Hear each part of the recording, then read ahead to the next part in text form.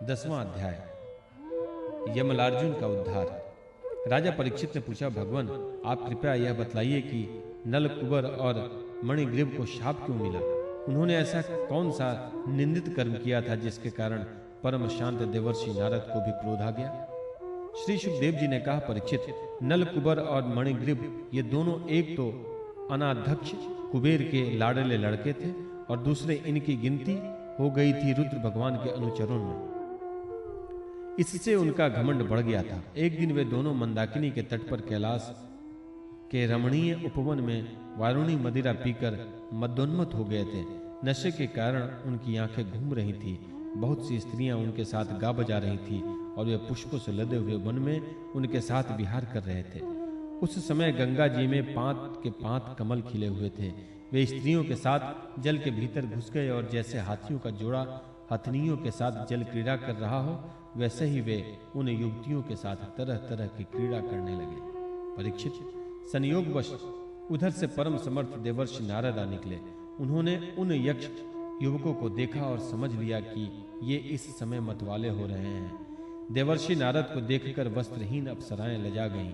शाप के डर से उन्होंने तो अपने अपने कपड़े झटपट पहन लिए, परंतु इन यक्षों ने कपड़े नहीं पहने। जब देवर्षि नारद ने देखा कि ये देवताओं के पुत्र होकर श्रीमद से अंधे और मदिरापान करके उन्मत्त हो रहे हैं, तब उन्होंने उन पर अनुग्रह करने के लिए शाप देते हुए यह कहा। नारद जी ने कहा, जो लोग अपने प्रिय विषयों का सेवन करते हैं उनकी बुद्धि को सबसे बढ़कर नष्ट करने वाला है श्रीमद धन संपत्ति का नशा। हिंसा आदि रजोगुणी कर्म और कुलीनता आदि का अभिमान भी उससे बढ़कर बुद्धि भ्रंशक नहीं है, क्योंकि श्रीमद के साथ साथ जो स्त्री जुआ और मदिरा भी रहती है, ऐश्वर्य मद और श्रीमद से अंधे होकर अपनी इंद्रियों के वश में रहने वाले क्रूर पुरुष अपने नाशवान शरीर को तो अजर अमर मान बैठते हैं और अपने ही जैसे शरीर वाले पशुओं की हत्या करते हैं। जिस शरीर को भूदेव, नारदेव, देव आदि नामों से पुकारते हैं, उसकी अंत में क्या गति होगी? उसमें कीड़े पड़ जाएंगे, पक्षी खाकर उसे विष्ठा बना देंगे और वह जल कर राख का ढेर बन जाएगा। उसी शरीर के लिए प्राणियों से द्रोह करने में मनुष्य अपना कौन सा स्वार्थ समझता है? ऐसा करने से तो उसे नरक की ही प्राप्ति होगी। बतलाओ तो सही, यह शरीर किसकी संपत्ति है? अन्न देकर पालने वालों की है या गर्भधान कराने वाले पिता की? यह शरीर उसे 9 महीने पेट में रखने वाली माता का है अथवा माता को भी पैदा करने वाले नाना का? जो बलवान पुरुष बलपूर्वक इससे काम करा लेता है उसका है, अथवा दाम देकर खरीद लेने वाले का? चिता की जिस धधकती आग में यह जल जाएगा उसका है, अथवा जो कुत्ते स्यार इसको चीथड़ चीथड़ कर कर खा जाने की आशा लगाए बैठे हैं उनका? यह शरीर एक साधारण सी वस्तु है, प्रकृति से पैदा होते हैं और उसी में समा जाते हैं। ऐसा स्थिति में मूर्ख पशुओं के सिवा और ऐसा कोई बुद्धिमान है जो इसको अपना आत्मा मानकर दूसरों को कष्ट पहुंचाएगा, उनके प्राण लेगा? जो दुष्ट श्रीमत से अंधे हो रहे हैं उनकी आंखों में ज्योति डालने के लिए दरिद्रता ही सबसे बड़ा अंजन है, क्योंकि दरिद्र यह देख सकता है कि दूसरे प्राणी ही मेरे जैसे भी हैं। जिसके शरीर में एक बार कांटा गड़ जाता है वह नहीं चाहता कि किसी भी प्राणी को कांटा गड़ने की पीड़ा सहनी पड़े, क्योंकि उस पीड़ा और उसके द्वारा होने वाले विकारों से वह समझता है कि दूसरे को भी वैसी ही पीड़ा होती है। परंतु जिसे कभी कांटा गड़ा ही नहीं, वह उसकी पीड़ा का अनुमान नहीं कर सकता। दरिद्र में घमंड और हेकड़ी नहीं होती, वह सब तरह के मदों से बचा रहता है, बल्कि दैववश उसे जो कष्ट उठाना पड़ता है वह उसके लिए एक बहुत बड़ी तपस्या भी है। जिसे प्रतिदिन भोजन के लिए अन्न जुटाना पड़ता है, भूख से जिसका शरीर दुबला पतला हो गया है, उस दरिद्र की इंद्रियां भी अधिक विषय नहीं भोगना चाहती, सूख जाती हैं और फिर वह अपने भोगों के लिए दूसरे प्राणियों को सताता नहीं, उनकी हिंसा नहीं करता। यद्यपि साधु पुरुष समदर्शी होते हैं, फिर भी उनका समागम दरिद्र के लिए ही सुलभ है, क्योंकि उसके भोग तो पहले से ही छूटे हुए हैं। अब संतों के संग से उसकी लालसा तृष्णा भी मिट जाती है और शीघ्र ही उनका अंतःकरण शुद्ध हो जाता है। जिन महात्माओं के चित्त में सबके लिए समता है, जो केवल भगवान के चरणारविंदों का मकरंद रस पीने के लिए सदा उत्सुक रहते हैं, उन्हें दुर्गुणों के खजाने अथवा दुराचारियों की जीविका चलाने वाले और धन के मद से मतवाले दुष्टों की क्या आवश्यकता है? वे तो उनकी उपेक्षा के ही पात्र हैं। ये दोनों यक्ष वारुणी मदिरा का पान करके मतवाले और श्रीमत से अंधे हो रहे हैं। अपनी इंद्रियों के अधीन रहने वाले इन स्त्री लंपट यज्ञों का अज्ञान जनित मद में मैं चूर चूर कर दूंगा। देखो तो सही, कितना अनर्थ है कि ये लोकपाल कुबेर के पुत्र होने पर भी मदोन्मत्त होकर अचेत हो रहे हैं, और इनको इस बात का भी पता नहीं है कि हम बिल्कुल नंग धड़ंग हैं। इसलिए ये दोनों अब वृक्ष योनि में जाने के योग्य हैं। ऐसा होने से इन्हें इस प्रकार का अभिमान न होगा। वृक्ष योनि में जाने पर भी ये मेरी कृपा से इन्हें भगवान की स्मृति बनी रहेगी, और मेरे अनुग्रह से देवताओं के 100 वर्ष बीतने पर इन्हें भगवान श्री कृष्ण का सानिध्य प्राप्त होगा, और फिर भगवान के चरणों में परम प्रेम प्राप्त करके ये अपने लोक में चले जाएंगे। श्री सुखदेव जी कहते हैं, देवर्षि नारद इस प्रकार कहकर भगवान नर नारायण के आश्रम पर चले गए। नल कुबर और मणिग्रीव ये दोनों एक ही साथ अर्जुन वृक्ष होकर यमलार्जुन नाम से प्रसिद्ध हुए। भगवान श्री कृष्ण ने अपने परम प्रेमी भक्त देवर्षि नारद की बात सत्य करने के लिए धीरे धीरे उखल घसीटते हुए उस ओर प्रस्थान किया जिधर यमलार्जुन वृक्ष थे। भगवान ने सोचा कि देवर्षि नारद मेरे अत्यंत प्यारे हैं और ये दोनों भी मेरे भक्त कुबेर के लड़के हैं, इसलिए महात्मा नारद जी ने जो कुछ भी कहा उसे मैं ठीक उसी रूप से पूरा करूंगा। यह विचार करके भगवान श्री कृष्ण दोनों वृक्षों के बीच में घुस गए। वे तो दूसरे ओर निकल गए, परंतु उखल टेढ़ा होकर अटक गया। दामोदर भगवान श्री कृष्ण की कमर में रस्सी कसी हुई थी। उन्होंने अपने पीछे लुढ़कते हुए उखल को ज्यों ही तनिक जोर से खींचा, त्यों ही पेड़ की सारी जड़ें उखड़ गईं। समस्त बल विक्रम के केंद्र भगवान का तनिक सा जोर लगते ही पेड़ों के तने, शाखाएं, छोटी छोटी डालियां और एक एक पत्ते कांप उठे, और वे दोनों बड़े जोर से तड़तड़ाते हुए पृथ्वी पर गिर पड़े। उन दोनों वृक्षों में से अग्नि के समान तेजस्वी 2 सिद्ध पुरुष निकले। उनके चमचमाते हुए सौंदर्य से दिशाएं दमक उठी। उन्होंने संपूर्ण लोकों के स्वामी भगवान श्री कृष्ण के पास आकर उनके चरणों में सिर रखकर प्रणाम किया और हाथ जोड़कर शुद्ध हृदय से वे उनकी इस प्रकार स्तुति करने लगे। उन्होंने कहा, सच्चिदानंद धन स्वरूप सबको अपनी ओर आकर्षित करने वाले परम योगेश्वर श्री कृष्ण, आप प्रकृति से अतीत स्वयं पुरुषोत्तम हैं। वेदज्ञ ब्राह्मण यह बात जानते हैं कि यह व्यक्त और अव्यक्त संपूर्ण जगत आपका ही रूप है। आप ही समस्त प्राणियों के शरीर, प्राण, अंतःकरण और इंद्रियों के स्वामी हैं, तथा आप ही सर्वशक्तिमान काल, सर्वव्यापक एवं अविनाशी ईश्वर हैं। आप ही महतत्व और वह प्रकृति है जो अत्यंत सूक्ष्म एवं सत्व गुण, रजोगुण और तमोगुण रूपा है। आप ही समस्त स्थूल और सूक्ष्म शरीर के कर्म, भाव, धर्म और सत्ता को जानने वाले सबके साक्षी परमात्मा हैं। वृत्तियों से ग्रहण किए जाने वाले प्रकृति के गुणों और विकारों के द्वारा आप पकड़ में नहीं आ सकते। स्थूल और सूक्ष्म शरीर के आवरण से ढका हुआ ऐसा कौन सा पुरुष है जो आपको जान सके? क्योंकि आप तो उन शरीरों के पहले भी एक रस विद्यमान थे। समस्त प्रपंच के विधाता भगवान वसुदेव को हम नमस्कार करते हैं। प्रभु, आपके द्वारा प्रकाशित होने वाले गुणों से ही आपने अपनी महिमा छिपा रखी है। परब्रह्म स्वरूप श्री कृष्ण, हम आपको नमस्कार करते हैं। आप प्रकृति शरीर से रहित हैं, फिर भी जब आप ऐसे पराक्रम प्रकट करते हैं तो साधारण शरीरधारियों के लिए शक्य नहीं है। जिनसे बढ़कर तो क्या, जिनके समान भी कोई नहीं कर सकता। तब उनके द्वारा उन शरीरों में आपके अवतारों का पता चल जाता है। प्रभु, आप ही समस्त लोकों के अभ्युदय और निःश्रेयस के लिए इस समय अपनी संपूर्ण शक्तियों से अवतीर्ण हुए हैं। आप समस्त अभिलाषाओं को पूर्ण करने वाले हैं। परम कल्याण साध्य स्वरूप आपको नमस्कार है। परम मंगल साधन स्वरूप आपको नमस्कार है। परम शांत सबके हृदय में विहार करने वाले यदुवंश शिरोमणि श्री कृष्ण को नमस्कार है। अनंत अनन्य हम आपके दासानुदास हैं। आप यह स्वीकार कीजिए, देवर्षि भगवान नारद के परम अनुग्रह से ही हम अपराधियों को आपका दर्शन प्राप्त हुआ है। प्रभु, हमारी वाणी आपके मंगलमय गुणों का वर्णन करती हैं। हमारे कान आपकी रसमयी कथा में लगे रहे, हमारे साथ आपकी सेवा में, और मन आपके चरण कमलों की स्मृति में रम जाए। यह संपूर्ण जगत आपका निवास स्थान है। हमारा मस्तक सबके सामने झुका रहे। संत आपके प्रत्यक्ष शरीर हैं, हमारी आंखें उनके दर्शन करती रहें। श्री सुखदेव जी कहते हैं, सौंदर्य माधुर्य निधि श्री गुलेश्वर श्री कृष्ण के नलकुबर और मणिग्रीव के इस प्रकार स्तुति करने पर रस्सी से उखल में बंधे बंधे ही हंसते हुए उनसे कहा। श्री भगवान ने कहा, तुम लोग श्रीमद से अंधे हो रहे थे। मैं पहले से ही यह बात जानता था कि परम करुणिक देवर्षि नारद ने शाप देकर तुम्हारा ऐश्वर्य नष्ट कर दिया है। इस प्रकार तुम्हारे ऊपर कृपा की। जिनकी बुद्धि समदर्शिनी है और हृदय पूर्ण रूप से मेरे प्रति समर्पित है, उन साधु पुरुषों के दर्शन से बंधन होना ठीक वैसे ही संभव नहीं है जैसे सूर्योदय होने पर मनुष्य के नेत्रों के सामने अंधकार का होना। इसलिए नलकुबर और मणिग्रीव, तुम लोग मेरे परायण होकर अपने अपने घर जाओ।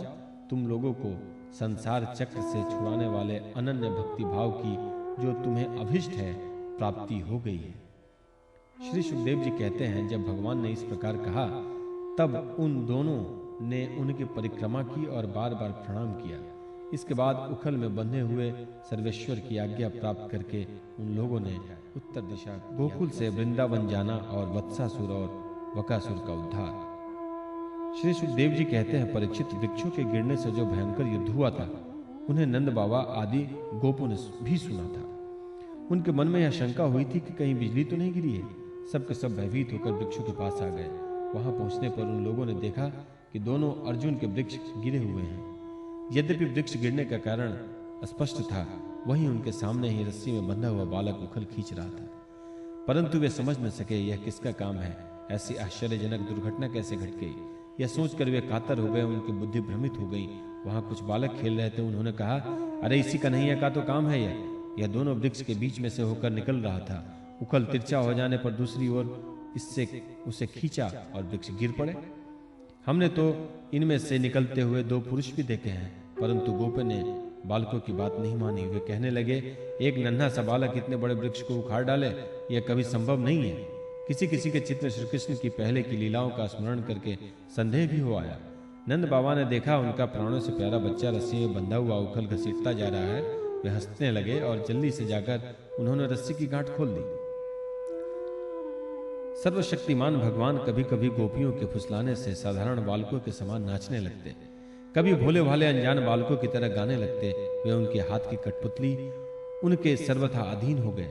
कभी कभी उनकी आज्ञा से पीढ़ा ले आते, तो कभी दूसरी आदि तौलने के बटखरे उठा लाते, कभी खड़ाऊ ले आते, तो कभी अपने प्रेमी भक्तों को अभिनंदन करने के लिए पहलवानों की भांति ताल ठोकने लगते।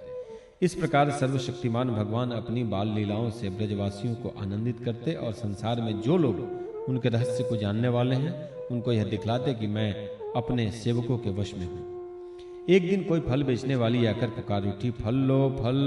यह सुनते ही समस्त कर्म और उपासनाओं के फल देने वाले भगवान अच्युत फल खरीदने के लिए अपनी छोटी सी अंजलि में अनाज लेकर दौड़ पड़े। उनकी अंजलि से अनाज तो रास्ते में ही बिखर गया, पर फल बेचने वाली ने उनके दोनों हाथ फल से भर दिए। इधर भगवान ने भी उनकी फल रखने वाली टोकरी रत्नों से भर दी।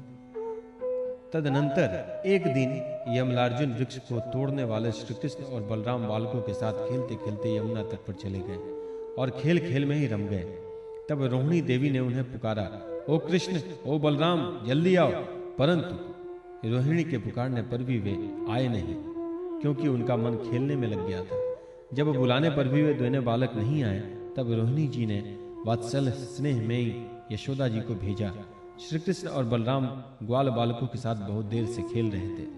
यशोदा जी ने जाकर उन्हें पुकारा। उस समय पुत्र के प्रति वात्सल स्नेह के कारण उनके स्तनों में से दूध चुचुआ रहा था।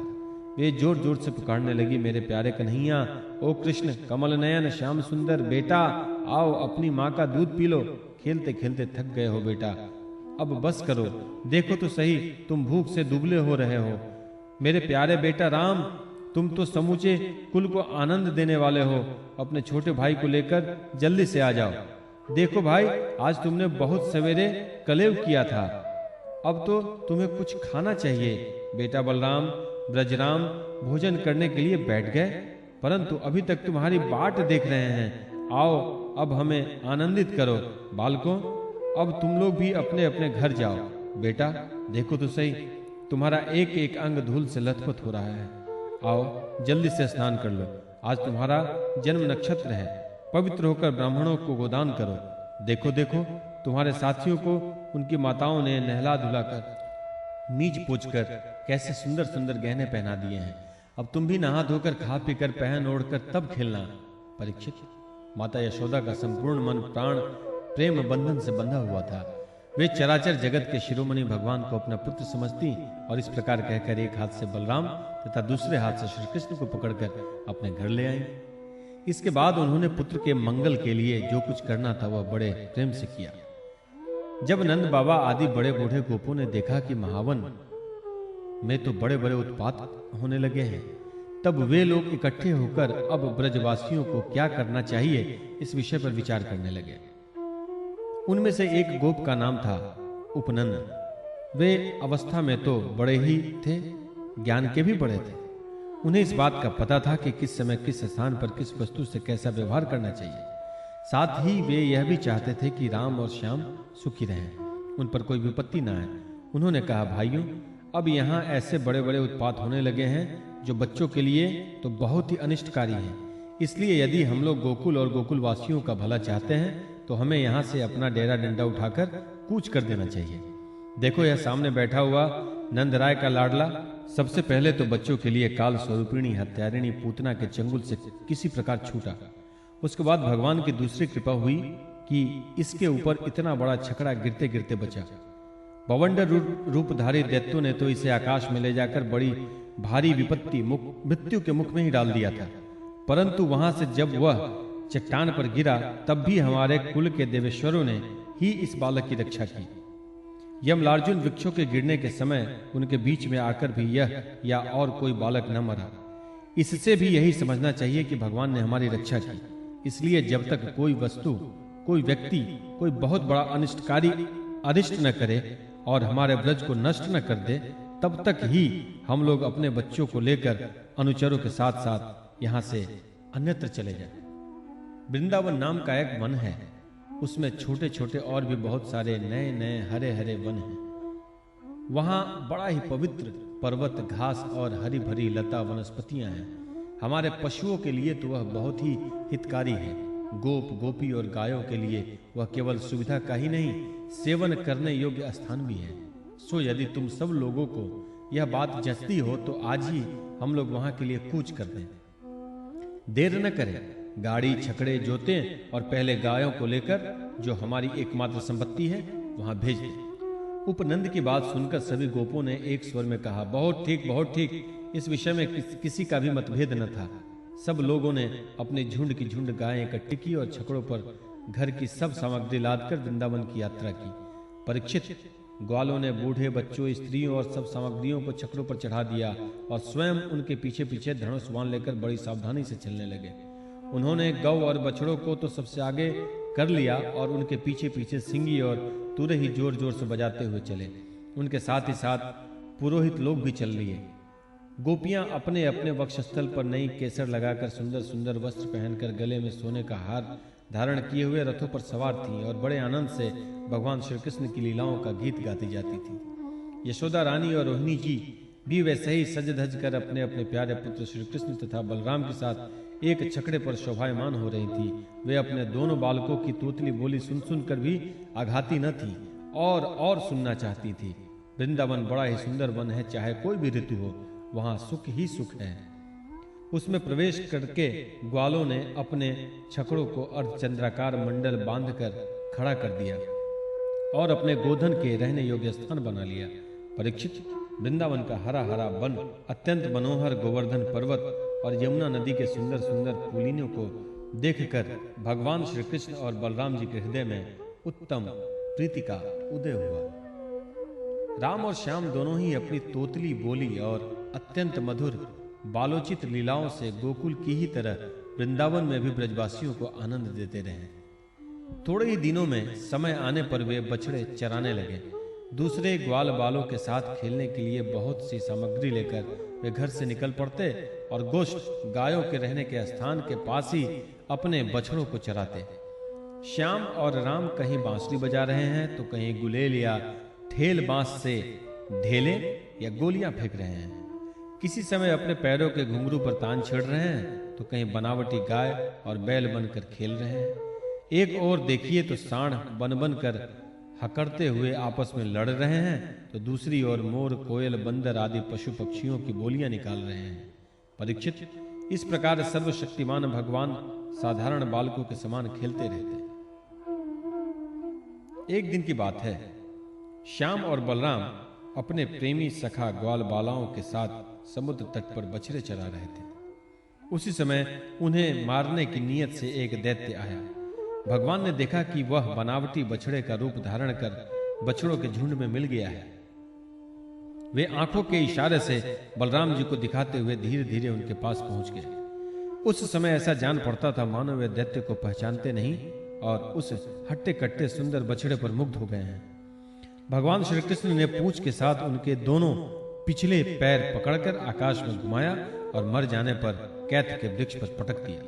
उनका लंबा तगड़ा दैत्य शरीर बहुत से कैथ के वृक्षों को गिराकर स्वयं भी गिर पड़ा। यह देखकर ग्वाल बालों के आश्चर्य की सीमा न रही। वे वाह वाह करके प्यारे कन्हैया की प्रशंसा करने लगे। देवता भी बड़े आनंद से फूलों की वर्षा करने लगे। परीक्षित, जो सारे लोगों के एकमात्र रक्षक हैं, वे ही श्याम और बलराम अब वत्सपाल बछड़ों के चरवाहे बने हुए हैं। वे तड़के ही उठकर कलेवे की सामग्री ले लेते और बछड़ों को चराते हुए एक वन से दूसरे वन में घुमा करते। एक दिन की बात है, सब ग्वाल बाल अपने झुंड के झुंड बछड़ों को पानी पिलाने के लिए जलाशय के तट पर ले गए। उन्होंने पहले बछड़ों को जल पिलाया और फिर स्वयं पिया। ग्वाल बालों ने देखा कि वहां एक बहुत बड़ा जीव बैठा हुआ है। वह ऐसा मालूम पड़ता था मानो इंद्र के वज्र से कटकर कोई पहाड़ का टुकड़ा गिरा हुआ है। ग्वाल बाल उसे देखकर डर गए और बक नाम का बड़ा भारी असुर था जो बगुले का रूप धर के वहां आया था। उसकी चोंच बड़ी तीखी थी और वह स्वयं बड़ा बलवान दिख रहा था। उसने झपटकर श्री कृष्ण को निगल लिया।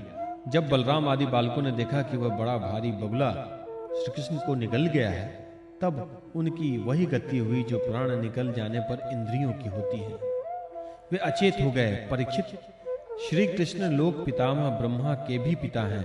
वे लीला से ही गोपाल बालक बने हुए हैं। जब वे बगुले के तालू के नीचे पहुंचे तब वे आग के समान उनका तालू जलाने लगे। अतः उस दैत्य ने श्री कृष्ण के शरीर पर बिना किसी प्रकार का घाव किए ही झटपट उसे उगल दिया और फिर बड़े क्रोध से अपनी कठोर चोट से उन पर चोट करने के लिए टूट पड़ा। कंस का सखा बकासुर अभी भक्त वत्सल भगवान श्री कृष्ण पर झपट ही रहा था कि उन्होंने अपने दोनों हाथों से उसके दोनों ठोड़ पकड़ लिए और ग्वाल बालों के देखते ही देखते खेल ही खेल में उसे वैसे ही चीर डाला जैसे कोई वीरण गाणर जिसकी जड़ का खस होता है वो चीर डालते हैं। इससे देवताओं को बड़ा आनंद हुआ। सभी देवता भगवान श्री कृष्ण पर नंदन वन के बेला, चमेली आदि के फूल बरसाने लगे तथा नगारे, शंख आदि बजाकर एवं स्तोत्रों के द्वारा उनको प्रसन्न करने लगे। यह सब देखकर सब के सब ग्वाल बाल आश्चर्यचकित हो गए। जब बलराम आदि बालकों ने देखा कि श्री कृष्ण बगुल के मुख से निकलकर हमारे पास आ गए हैं, तब उन्हें ऐसा आनंद हुआ मानो प्राणों के संचार से इंद्रियां सचेत और आनंदित हो जाती हैं। सबने भगवान को अलग अलग गले लगाया। इसके बाद अपने अपने बछड़े हाँक कर सब ब्रज में आए और वहां उन्होंने घर के लोगों से सारी घटना कह सुनाई। परीक्षित, बकासुर के वध की घटना सुनकर सब के सब गोपी गोप आश्चर्यचकित हो गए। उन्हें ऐसा जान पड़ा जैसे कन्हैया साक्षात मृत्यु के मुख से लौटे हों। वे बड़ी उत्सुकता, प्रेम और आदर से श्री कृष्ण को निहारने लगे। उनके नेत्रों की प्यास बढ़ती ही जाती थी। किसी प्रकार उन्हें तृप्ति न होती थी। वे आपस में कहने लगे, हाय हाय, यह कितने आश्चर्य की बात है।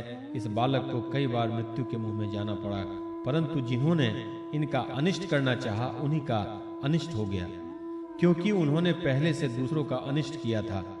यह सब होने पर भी वे भयंकर असुर इसका कुछ भी नहीं बिगाड़ पाते। आते हैं इसे मार डालने की नीयत से, किंतु आग पर गिरकर पतंगों की तरह उल्टे स्वयं ही स्वाहा हो जाते हैं। सच है, ब्रह्मवेत्ता महात्माओं के वचन कभी झूठे नहीं होते। देखो ना, महात्मा गंगाचार्य ने जितनी बातें कही थी सब की सब 16 आने ठीक उतर रही हैं। नंद बाबा आदि गोपगण इसी प्रकार बड़े आनंद से अपने श्याम और राम की बातें किया करते। वे उनमें इतने तन्मय रहते कि उन्हें संसार के दुख संकटों का कुछ पता ही नहीं चलता। इसी प्रकार श्याम और बलराम ग्वाल बालों के साथ कभी आंख मिचौली खेलते तो कभी पुल बांधते, कभी बंदर की भांति उछलते कूदते तो कभी और कोई विचित्र खेल खेलते। इस प्रकार के बालोचित खेलों से उन दोनों ने ब्रज में अपनी बाल्यावस्था व्यतीत की। 12वां अध्याय, अघासुर का उद्धार। श्री सुखदेव जी कहते हैं, परीक्षित, एक दिन नंद नंदन श्याम सुंदर वन में ही कलेवा करने के विचार से बड़े तड़के उठ गए और सिंगी बाजे की मधुर मनोहर ध्वनि से अपने साथी ग्वाल बालों को मन की बात जनाते हुए उन्हें जगाया और बछड़ों को आगे करके वे व्रज मंडल से निकल पड़े। श्री कृष्ण के साथ ही उनके प्रेमी सहस्त्रों ग्वाल बाल सुंदर छीके, बेंत, सिंगी और बांसुरी लेकर तथा अपने सहस्त्रों बछड़ों को आगे करके बड़ी प्रसन्नता से अपने अपने घरों से चल पड़े। उन्होंने श्री कृष्ण के अगणित बछड़ों में अपने अपने बछड़े मिला दिए और स्थान स्थान पर बालोचित खेल खेलते हुए विचरने लगे। यद्यपि सब के सब ग्वाल बाल कांच, घुंघची, मणि और सुवर्ण के गहने पहने हुए थे, फिर भी उन्होंने वृंदावन के लाल पीले हरे फलों से, नई नई कोपलों से, गुच्छों से, रंग बिरंगे फूलों और मोर पंखों से तथा गेरू आदि रंगीन धातुओं से अपने को सजा लिया। कोई किसी का छीका चुरा लेता तो कोई किसी की बेंत या बांसुरी। जब उन वस्तुओं के स्वामी को पता चलता तब उन्हें लेने वाला किसी दूसरे के पास दूर फेंक देता, दूसरा तीसरे के और तीसरा और भी दूर चौथे के पास।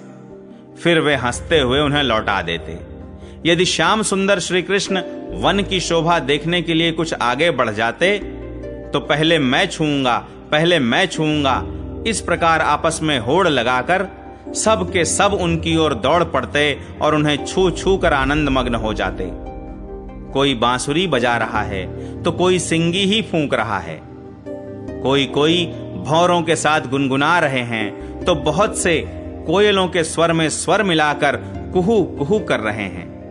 एक ओर कुछ ग्वाल बाल आकाश में उड़ते हुए पक्षियों की छाया के साथ दौड़ लगा रहे हैं तो दूसरी ओर कुछ हंसों की चाल की नकल करते हुए उनके साथ सुंदर गति से चल रहे हैं।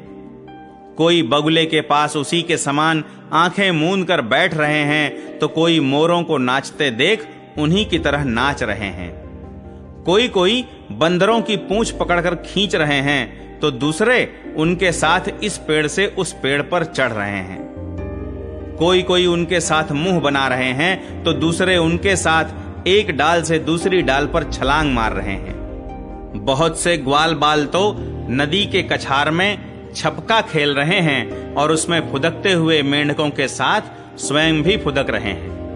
कोई पानी में अपनी परछाई देखकर उसकी हंसी कर रहे हैं तो दूसरे अपने शब्द की प्रतिध्वनि को ही बुरा भला कह रहे हैं। भगवान श्री कृष्ण ज्ञानी संतों के लिए स्वयं ब्रह्मानंद के मूर्तिमान अनुभव हैं। दास्य भाव से युक्त भक्तों के लिए वे उनके आराध्य देव परम ऐश्वर्यशाली परमेश्वर हैं और माया मोहित विषयांधों के लिए वे केवल एक मनुष्य बालक हैं।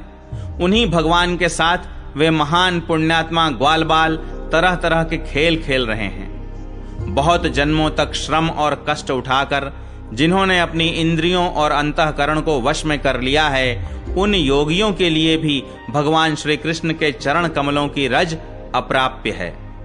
वही भगवान स्वयं जिन ब्रजवासी ग्वाल बालों की आंखों के सामने रहकर सदा खेल खेलते हैं, उनके सौभाग्य की महिमा इससे अधिक क्या कही जाए। परीक्षित, इसी समय अघासुर नाम का महान दैत्य आ धमका।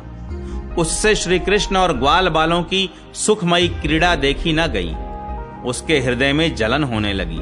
वह इतना भयंकर था कि अमृत पान करके अमर हुए देवता भी उससे अपने जीवन की रक्षा करने के लिए चिंतित रहा करते थे और इस बात की बाट देखते रहते थे कि किसी प्रकार से इसकी मृत्यु का अवसर आ जाए।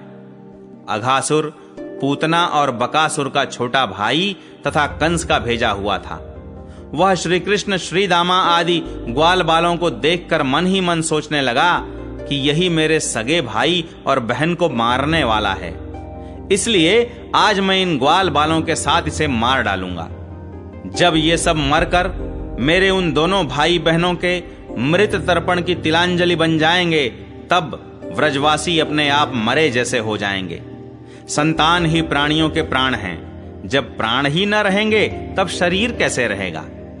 इसकी मृत्यु से व्रजवासी अपने आप मर जाएंगे।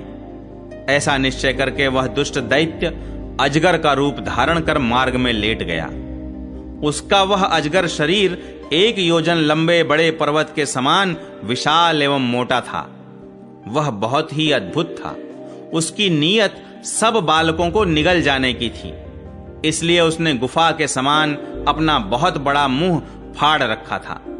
उसका नीचे का होंठ पृथ्वी से और ऊपर का होंठ बादलों से लग रहा था। उसके जबड़े कंदराओं के समान थे और दाढ़ें पर्वत के शिखर सी जान पड़ती थी। मुंह के भीतर घोर अंधकार था। जीभ एक चौड़ी लाल सड़क सी दिखती थी। सांस आंधी के समान थी और आंखें दावा नल के समान दहक रही थी। अघासुर का ऐसा रूप देखकर बालकों ने समझा कि यह भी वृंदावन की कोई शोभा है। वे कौतुकवश खेल ही खेल में उत्प्रेक्षा करने लगे कि यह मानो अजगर का खुला हुआ मुंह है। कोई कहता, मित्रों भला बतलाओ तो, यह जो हमारे सामने कोई जीव सा बैठा है, यह हमें निगलने के लिए खुले हुए किसी अजगर के मुंह जैसा नहीं है। दूसरे ने कहा, सचमुच सूर्य की किरणें पड़ने से ये जो बादल लाल लाल हो गए हैं, वे ऐसे मालूम होते हैं मानो ठीक ठीक इसका ऊपरी होंठ ही हो, और उन्हीं बादलों की परछाई से यह जो नीचे की भूमि कुछ लाल लाल दिख रही है, वही इसका नीचे का होंठ जान पड़ता है।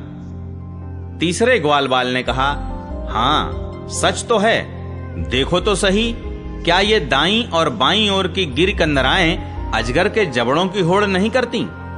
और ये ऊंची ऊंची शिखर पंक्तियां तो साफ साफ इसकी दाढ़ें मालूम पड़ती हैं। चौथे ने कहा, अरे भाई, यह लंबी चौड़ी सड़क तो ठीक अजगर की जीभ सरीख ही मालूम पड़ती है, और इन गिर श्रृंगों के बीच का अंधकार तो उसके मुंह के भीतरी भाग को भी मात करता है। किसी दूसरे ग्वाल बाल ने कहा, देखो देखो, ऐसा जान पड़ता है कि कहीं इधर जंगल में आग लगी है, इसी से यह गर्म और तीखी हवा आ रही है। परंतु अजगर की सांस के साथ इसका क्या ही मेल बैठ गया है, और उसी आग से जले हुए प्राणियों की दुर्गंध ऐसी जान पड़ती है मानो अजगर के पेट में मरे हुए जीवों के मांस की ही दुर्गंध हो। तब उन्हीं में से एक ने कहा, यदि हम लोग इसके मुंह में घुस जाएं तो क्या यह हमें निगल जाएगा? अजी यह क्या निगलेगा? कहीं ऐसा करने की ढिठाई की तो एक क्षण में यह भी बकासुर के समान नष्ट हो जाएगा। हमारा यह कन्हैया इसको छोड़ेगा थोड़े ही। इस प्रकार कहते हुए वे ग्वाल बाल बकासुर को मारने वाले श्री कृष्ण का सुंदर मुख देखते और ताली पीट पीट कर हंसते हुए अघासुर के मुंह में घुस गए।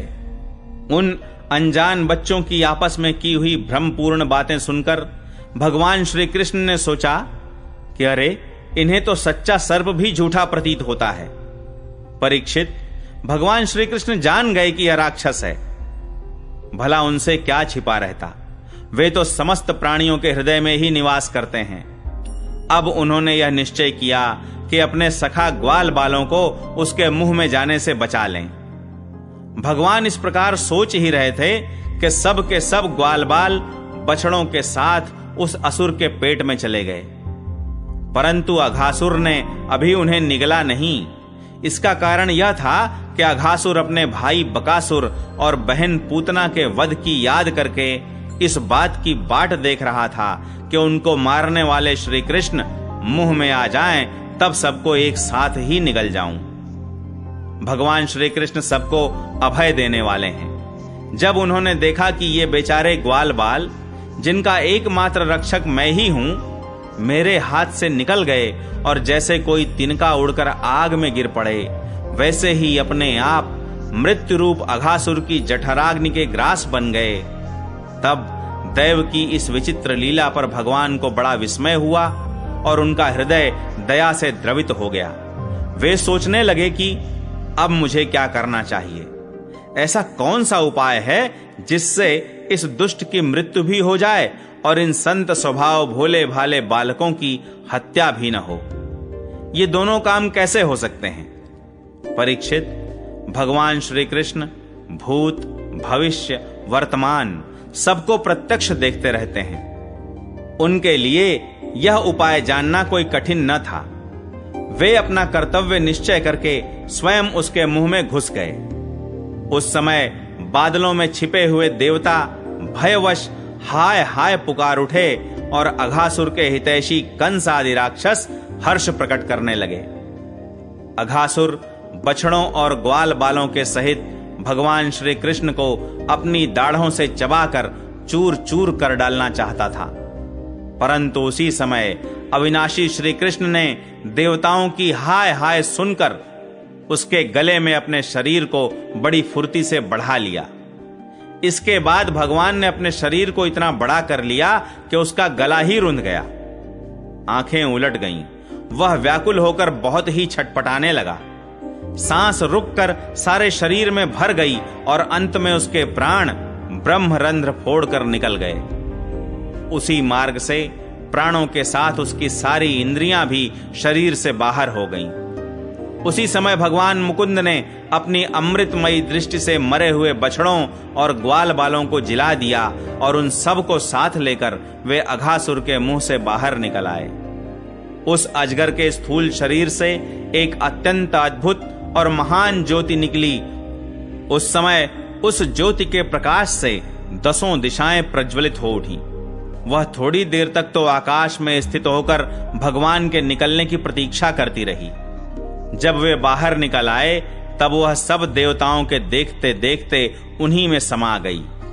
उस समय देवताओं ने फूल बरसाकर, अप्सराओं ने नाचकर, गंधर्वों ने गाकर, विद्याधरों ने बाजे बजाकर, ब्राह्मणों ने स्तुति पाठ कर और पार्षदों ने जय जयकार के नारे लगाकर बड़े आनंद से भगवान श्री कृष्ण का अभिनंदन किया, क्योंकि भगवान श्री कृष्ण ने अघासुर को मारकर उन सब का बहुत बड़ा काम किया था। उन अद्भुत स्तुतियों, सुंदर बाजों, मंगलमय गीतों, जय जयकार और आनंदोत्सवों की मंगल ध्वनि ब्रह्मलोक के पास पहुंच गई।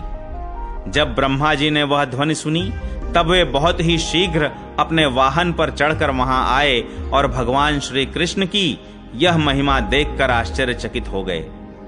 परीक्षित, जब वृंदावन में अजगर का वह चाम सूख गया तब वह व्रजवासियों के लिए बहुत दिनों तक खेलने की एक अद्भुत गुफा सी बना रहा। यह जो भगवान ने अपने ग्वाल बालों को मृत्यु के मुख से बचाया था और अघासुर को मोक्ष दान किया था, वह लीला भगवान ने अपनी कुमार अवस्था में अर्थात 5वें वर्ष में ही की थी। ग्वाल बालों ने उसे उसी समय देखा भी था, परंतु पौगंड अवस्था अर्थात 6ठे वर्ष में अत्यंत आश्चर्यचकित होकर व्रज में उसका वर्णन किया। अघासुर मूर्तिमान अघ ही था। भगवान के स्पर्श मात्र से उसके सारे पाप धुल गए और उसे उस सारूप्य मुक्त की प्राप्ति हुई जो पापियों को कभी मिल नहीं सकती। परंतु यह कोई आश्चर्य की बात नहीं है, क्योंकि मनुष्य बालक किसी लीला रचने वाले ये वे ही परम पुरुष परमात्मा हैं जो व्यक्त अव्यक्त और कार्य कारण रूप समस्त जगत के एकमात्र विधाता हैं। भगवान श्री कृष्ण के किसी एक अंग की भाव निर्मित प्रतिमा यदि ध्यान के द्वारा एक बार भी हृदय में बैठा ली जाए तो वह सालोक्य, सामीप्य आदि गति का दान करती है जो भगवान के बड़े बड़े भक्तों को मिलती है। भगवान आत्मानंद के नित्य साक्षात्कार स्वरूप हैं। माया उनके पास तक नहीं फटक पाती, वे ही स्वयं अघासुर के शरीर में प्रवेश कर गए। क्या अब भी उसकी सद्गति के विषय में कोई संदेह है? सूत जी कहते हैं, शौनकादि ऋषियों, यदुवंश शिरोमणि भगवान श्री कृष्ण ने ही राजा परीक्षित को जीवन दान दिया था। उन्होंने जब अपने रक्षक एवं जीवन सर्वस्व का यह विचित्र चरित्र सुना, तब उन्होंने फिर श्री सुखदेव जी महाराज से उन्हीं की पवित्र लीला के संबंध में प्रश्न किया।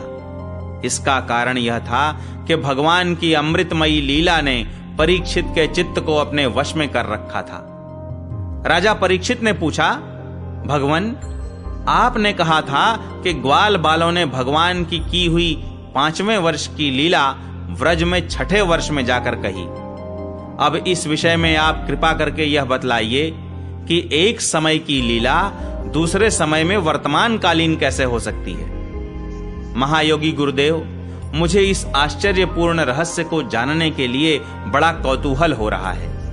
आप कृपा करके बतलाइए। अवश्य ही इसमें भगवान श्री कृष्ण की विचित्र घटनाओं को घटित करने वाली माया का कुछ न कुछ काम होगा, क्योंकि और किसी प्रकार ऐसा नहीं हो सकता। गुरुदेव, यद्यपि क्षत्रियोचित धर्म ब्राह्मण सेवा से विमुख होने के कारण मैं अपराधी नाम मात्र का क्षत्रिय हूं, तथापि हमारा अहोभाग्य है कि हम आपके मुखार विंद से निरंतर झरते हुए परम पवित्र मधुमय श्री कृष्ण लीला मृत का बार बार पान कर रहे हैं। सूत जी कहते हैं, भगवान के परम प्रेमी भक्तों में श्रेष्ठ शौनक जी, जब राजा परीक्षित ने इस प्रकार प्रश्न किया, तब श्री शुकदेव जी को भगवान की वह लीला स्मरण हो आई और उनकी समस्त इंद्रियां तथा अंतःकरण विवश होकर भगवान की नित्य लीला में खिंच गए। कुछ समय के बाद धीरे धीरे श्रम और कष्ट से उन्हें बाह्य ज्ञान हुआ। तब वे परीक्षित से भगवान की लीला का वर्णन करने लगे।